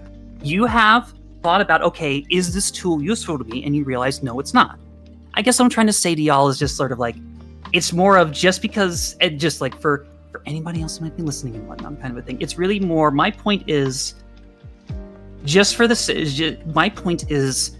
don't just assume that because something has a reputation of being the best doesn't mean it's actually the best for you. You've already done that work, Eris. You've already done that work. and like I want to point out, and I sort of want to point out to you, if you don't acknowledging to yourself that you have done that work, I'm going to tell you right now, you have done that work, and like you have figured these things out for yourself. You have examined what tools are useful to you and which ones aren't, and you made that choice. And I just sort of like that. It needs to be pointed out sometimes. The fact that like that just needs to be conveyed, like that's the kind of thing that goes on when it comes to business decisions and whatnot. Is that like sometimes you do have to think about the tools that you're using, and also just acknowledge when it is you're doing that thinking and what that thinking looks like in terms of examining what tools are useful to you when it comes to your business approach and your reach as a content creator. So yeah. I'm very bad at actually utilizing the tools I have at my disposal. Because of my executive dysfunction, it's sometimes very hard to keep up with the daily demands of being a content creator, like being able to stream consistently. I have set my 2 weekend streams because those are the ones I can actually make consistently now. But when it's like, hey, upload this VOD, sometimes I upload VODs with like a week or 3 weeks delay because I physically am unable to do it before that. So that is obviously not that good for reach and for growth. Yeah. Have you ever done any like clip compilations that you published to YouTube instead of just VODs? I used to do clips, but honestly, I don't have the energy to edit them anymore right now. Like I actually used to upload clips on YouTube and on TikTok, but as I said, my spoons are not that many anymore right now. I'm under too much real life stress for that. Maybe in the future when I feel better again. That's fair.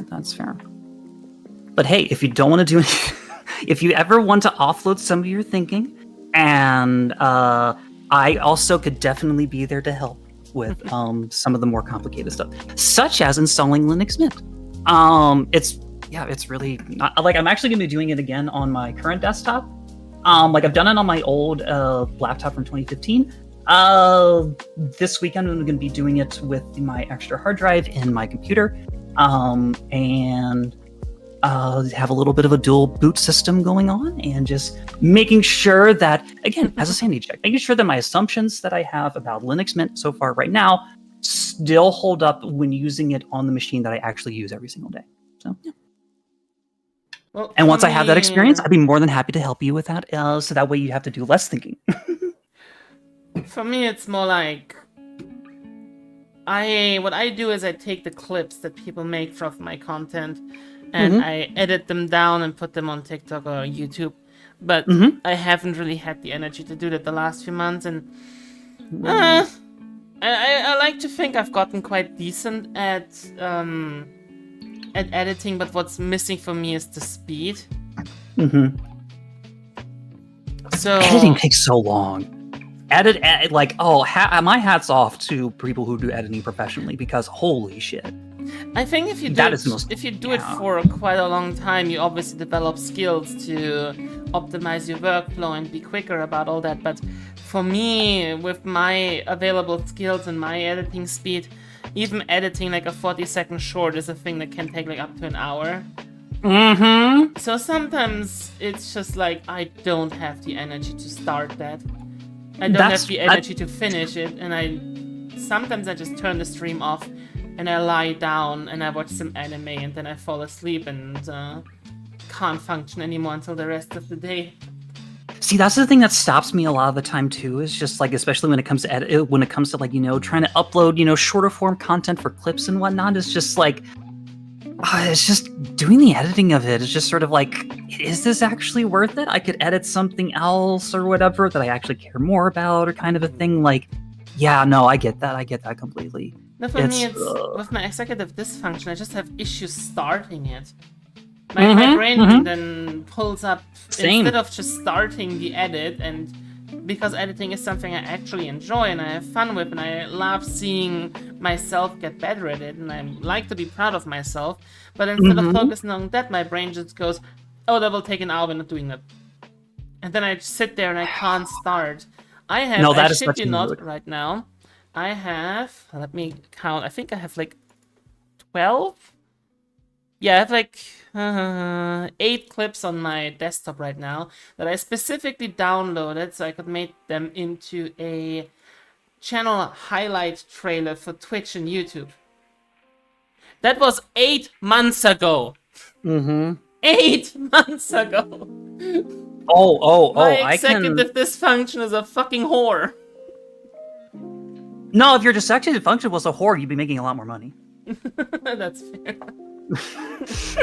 But no, I feel that completely too. Again, as somebody who, I'm like officially diagnosed with ADHD. I even take medication for it.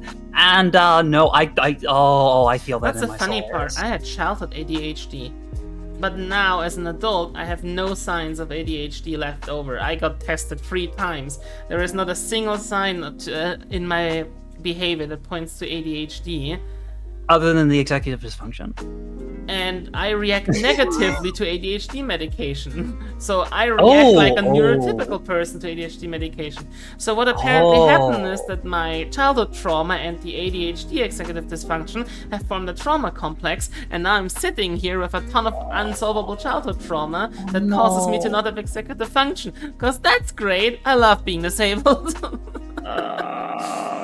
Yeah, that's a mood too. You know, fuck. No. I know exactly where you're coming from there, Harris. Completely, 100%. Other than the part that, like, I actually do have ADHD. The ADHD medications do help me, thankfully. But like, no. As far as like, oh fuck. So, is there something like gifted and talented children kind of school programs in like?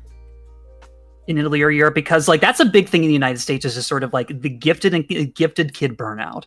And I was one of those gifted kids with gifted kid burnout. Like, is that are you like advertising at me, or what's JC happening there? Oh, okay. So no, Justin TV. Oh wait, hold on a second. Before I got on Justin TV, I just played Let's Plays. No. JC Jensen isn't advertising. I don't think. I feel like I'm missing something. What the hell is Justin TV? It is. It was a website. Yeah, it's a website that isn't there anymore. Oh, so it was like YouTube. Mm-hmm. Yeah. But so it was the alternative to YouTube that completely failed. Mm-hmm. Yes. Ah, it was the pre-Twitch. I see. Yes. And Twitch is its successor. The Justin TV thing never made it to Germany that much, at least not in like social zeitgeist of the time. So it was more like I was made aware of live streaming when Twitch took off, and I got into live streaming relatively early. And I actually, before I became a VTuber, this is still my old channel. This channel is like over 8 years old. And I made affiliate back in the day as like a real live streamer. Cool. So as a Flash tuber. And I just cleaned my channel off because I was like, hey, I mean, it's an affiliate channel. I can as well just use it. So I rebranded it and I'm using it for my VTuber stuff. But in comparison, I think I created like a grand total of 40 hours of content in my old streamer persona. And now I have over 1,000 hours in VTube Studio and over 1,000 hours in PPR Live. So I don't even want to know how many I have in VC Face, so you can see where all of this is going, right? So I'm at 279 hours in VTube Studio as of right now. But I also, when I started, I was using a completely different. I wasn't using VTube Studio. I was originally just a PNG tuber. Like I was using like a browser thing for PNG tuber stuff, which didn't track how long I used it for. So that's the thing. That's the thing, JC. Like I had some clips that did really well, and I'm pretty sure if I kept up the production on it, I could have a way bigger audience now. That's all I'm saying. But regrettably, my brain said no. And that really is just kind of the hardest part. And so it's like, yeah. Because it's also at the same time just like, there's also that worry of like, you put the effort into it, but then does that effort end up getting rewarded anyway, kind of a thing. Is that kind of background worry. And like, at least like for me, that's like one of the things that like I have learned that in the background of my mind is like one of the things that like sort of causes that executive dysfunction to be like do something else. ADHD. Yeah.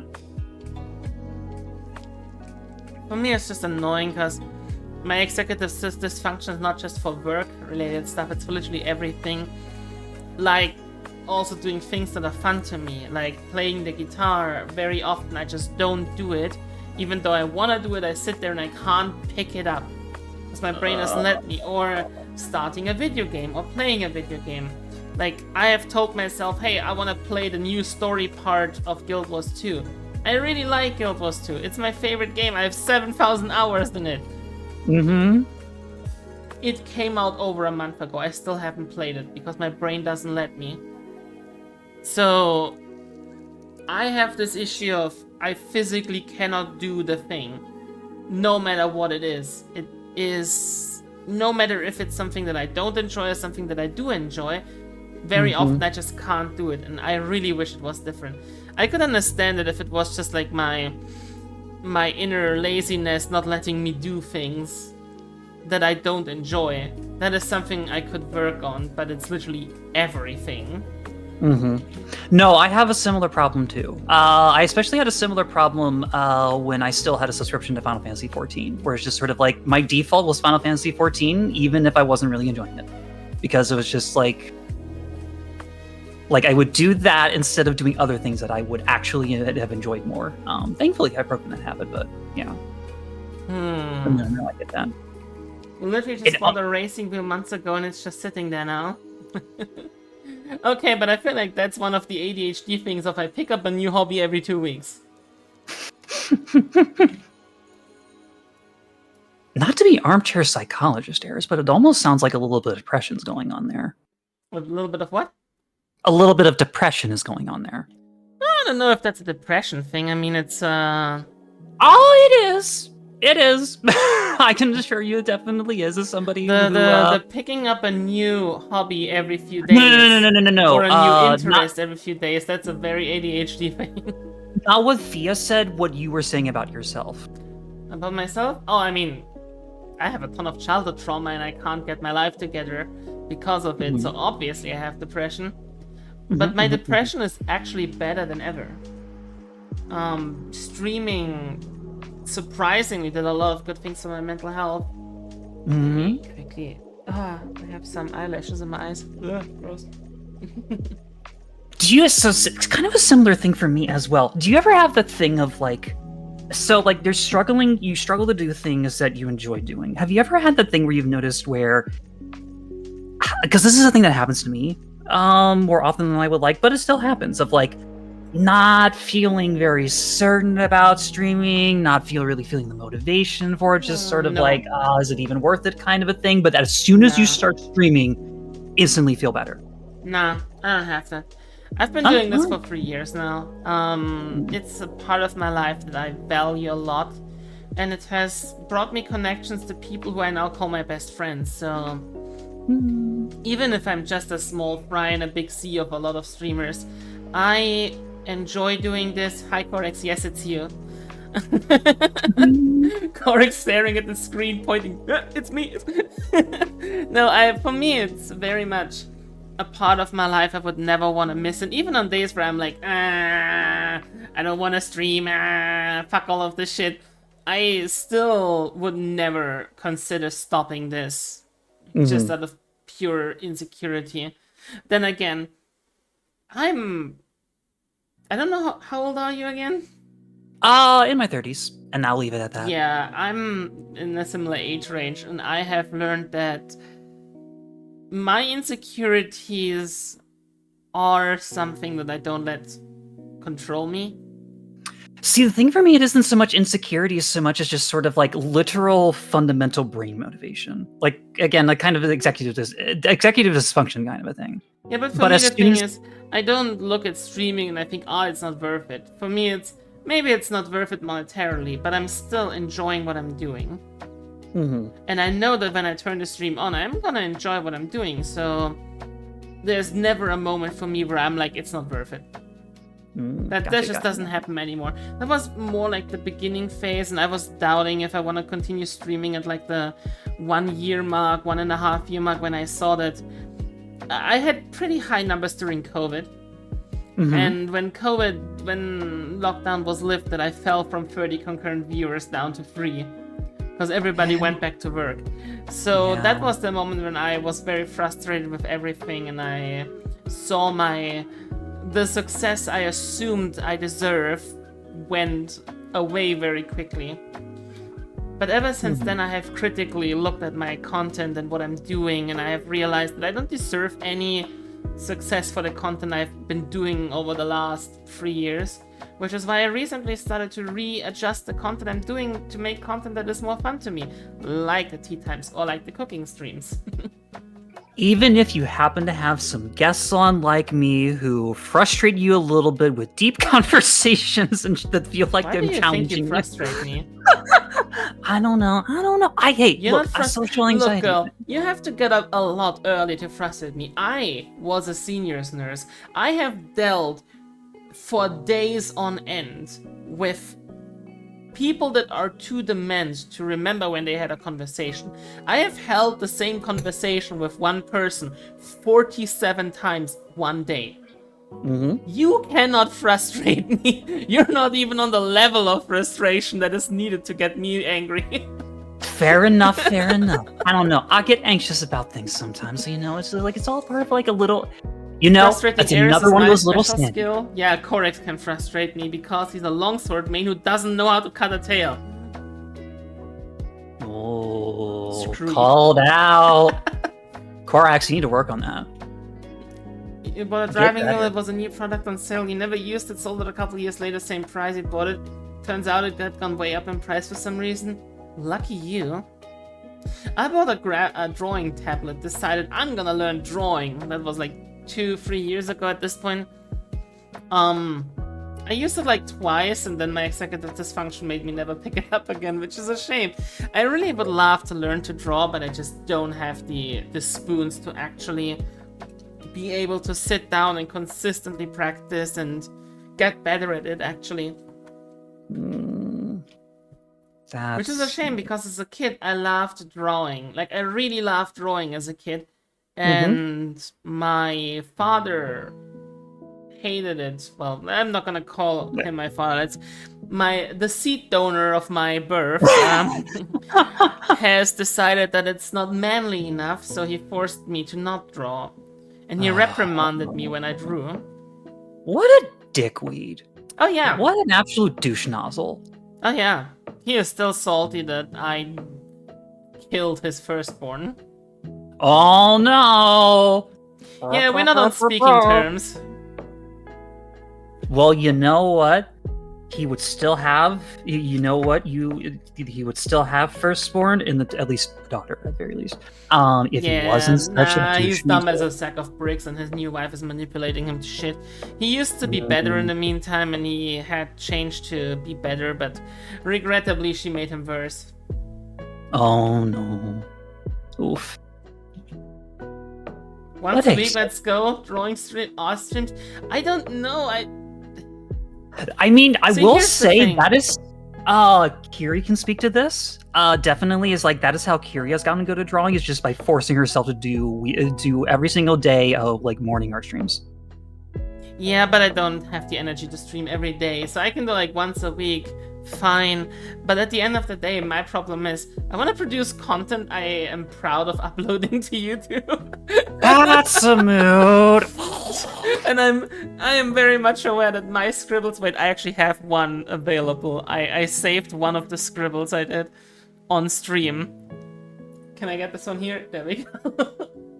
It's the buff strawberry that I drew 3 years ago. Oh wow! Oh my god, here's the rest of... Oh my god, the rest of the drawing. Let's see. We have a cat, a cactus. That was me trying out the draw tablet for the first time. Ooh, Chloe!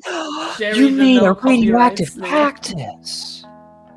I tried to draw a potato chip, but it looks like a lemon. See, the weird thing to me is it just looks like a potato. Doesn't even look like potato chip. It just looks like a whole potato to me. Oh my god, this is worse.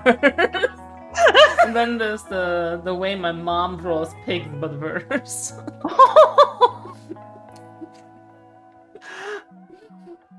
And of course we have Jerry, the no copyright snail, because it's not Jerry from SpongeBob, definitely not. But yeah, that's the extent of my drawing ability. Original character, do not steal. Original character, do not steal. Exactly. But yeah, that is the extent of my drawing ability. And of course, did I ever save that? I did draw exactly one emote in my life. And it was, does this work? It's obviously not work. Where did I save it? I think I saved it in the emotes on my desktop. Let me see. Nope. I don't think I have a PNG of this one, which is weird. I don't know where I saved it. But I drew a single emote. Why are you not a JPEG file? Oh, there it is. I was just trying. So I drew this. This was the only emote I ever drew in my life, and it is. That's pretty good. That's pretty good. I've drawn all of my, like every single one of my emotes on my channel. I've drawn myself. I think this is actually the best thing I ever drew. Was I tried to draw a cat, and this is how far I got before I threw the pen at the wall. Kitty. So it's like kitty, and then like I don't know, the butt caught me off guard. I'm like, oh, kitty butt. What? Yeah, I tried to draw a cat from behind, but like, I just, as I said, I don't think I'm like completely talentless. Don't get me wrong. I'm just very much aware that to become good at art, you have to put in consistent work and energy into something. And for me, it's just very often by now I'm aware of my limitations. I don't have the ability to do something like drawing consistent multiple times a week. However, if Fia wants to see it, maybe I can put in a drawing stream once a week. Yeah, do it. I'm not quite sure how I'm gonna... I don't feel like just drawing for the heck of it would actually help me get better if I only do. Oh no, definitely not. Like you'll burn out. Like that's the problem that I run into so many times when I try to do like just a co-working thing. To follow at least some sort of art guidebook. Yes. So maybe I should just buy an art book. Maybe I should put it on my throne, and as soon as somebody buys it, I start learning how to draw. That, you know what, y'all watching Harris right now, support her on Throne. Yeah, you know what? That's a great plan. That's a great idea. Me on Throne.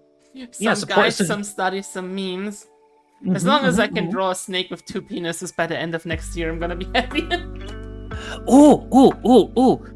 Draw a snake with 2 vagina penises.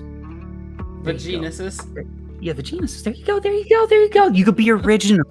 Stand out from the crowd. That'll get the clicks. That'll get the views.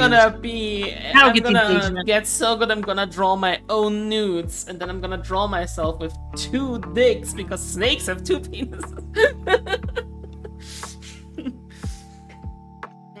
Something double dick dancel. Hashtag double penis vagina. There you go. That could be your ticket. That could be your ticket to success right there. The word you're looking for is vaginas. Vaginas. There you go. I forgot what you said earlier. So yeah, there you go. Hashtag double vaginas. There you go. Maybe, let me see. Maybe I can go on Amazon and look for learn how to draw book. No, Fia, not 2 dicks and reasonably sized honkers. Again, vaginas. There's. But I like penises. Well, if you think like what hyenas have, or at least very specifically one specific species of hyenas. The quote unquote females of that species have an appendage that looks very much like a penis, but it's technically a vagina. So it's a penis. There's literally a book by an author called Jake Spicer that is literally called "You Will Be Able to Draw by the End of This Book." How much they charging? $14. That's not that much.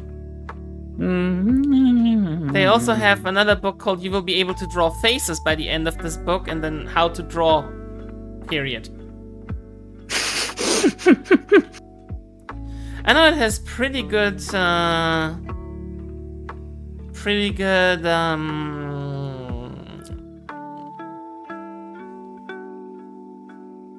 what's the word? The German word is Rezession. Pretty good. The thing where people vote with stars, help me. Review rating. Yes, it has pretty good reviews. Apparently, the author is a art teacher with a pedagogic background, so that's a interesting one. I'm gonna throw this one on my throne, and Ooh, yeah. maybe I will be able to draw by the end of next year. Although maybe I should look for one that is specifically for digital drawing. Hashtag self-improvement heiress. Love to see it. I love this energy. I'm here for it. I'm gonna give you that. Yeah, myself by throwing myself out the next window. How about that? No. Only do that if you're gonna be landing on a trampoline and you're gonna get a lot of clicks on TikTok. I'm gonna ask my friend Bon, who is an amazing artist and who did art for Miko Expo, etc., if she has a draw learn book that she recommends. Because if somebody understands where I want to go at with art, then it's Bon. Exactly. Work smarter, not harder. Well, our 2 hours are over, so let's use this great time. Wow, look, the time flies when you're having fun and talking about double vaginas. Vaginas. So yeah, y'all. Do you have an innie or an outie? So yeah, y'all. You're used to so many folks like, oh, you're just gonna draw a penis or just a phallic shape and whatnot. Nah, fuck that shit. Mix up your work, vaginas. Make 2024 the year of vaginas. That's Pride great, honey, because my teammate is streaming. Hey guys, if you enjoyed today's content, please give me a follow. I have tea times like this every weekend, every Saturday at the same time. Next week it's gonna be with my favorite dollar, Yongyi. I do have favorite snakes. It's Yongyi, it's not even close. Sorry guys, sorry Medusa. I do play favorites. What? I'm used to not Hmm. being people's favorite. It's fine. Sorry, Yongyi, but you don't have to be my too- favorite to give me a too follow. close to me. She's my favorite dollar. Aside from that, guys, go and follow Medusa. Go and promote your content here, Medusa. Y'all, let me tell you. Last night I was playing Mixolumia. What am I going to be doing tonight? Starting at 8 p.m. Eastern Standard Time? Fuck if I know, but it's going to be something gaming related. And I am workshopping what to do differently with my morning streams. But no, I do a lot of music stuff. I do a lot of, gaming stuff, particularly with Mixolumia and whatnot. I have done speedrunning in the past. I do love Hades 2, and once Hades 2 reaches 1.0, I will be redoing that. So yeah, be sure to give me a follow. I also have a YouTube channel, MedusaSkirt Sounds, where I publish all of my weird, esoteric, funky wonky sound shenanigans and music stuff. So yeah. They are really funky wonky. And for me, I have a cooking stream tomorrow. We're gonna make eggplant parmesan, or melanzane parmigiana, as we call it in Italy. So if you want to learn how to do it, tomorrow 3 p.m. German time, so 2 hours ago, but tomorrow. I will see you on the next stream. We're gonna raid my teammate Honey. Please say hi from me. Aside from that, I'm tired. I will be sure to take all of the cooking notes. I will be sure to take all the notes of your cooking tomorrow next stream and Americanize it the way that Americans did with pizza. Oh my god, I'm gonna punch you. Take care of yourself. Drink some water, you dehydrated raisins. And as always, be excellent to each other. I'm your Snummy, and I'm gonna go and take a piss now. Bye bye! Go piss, girl!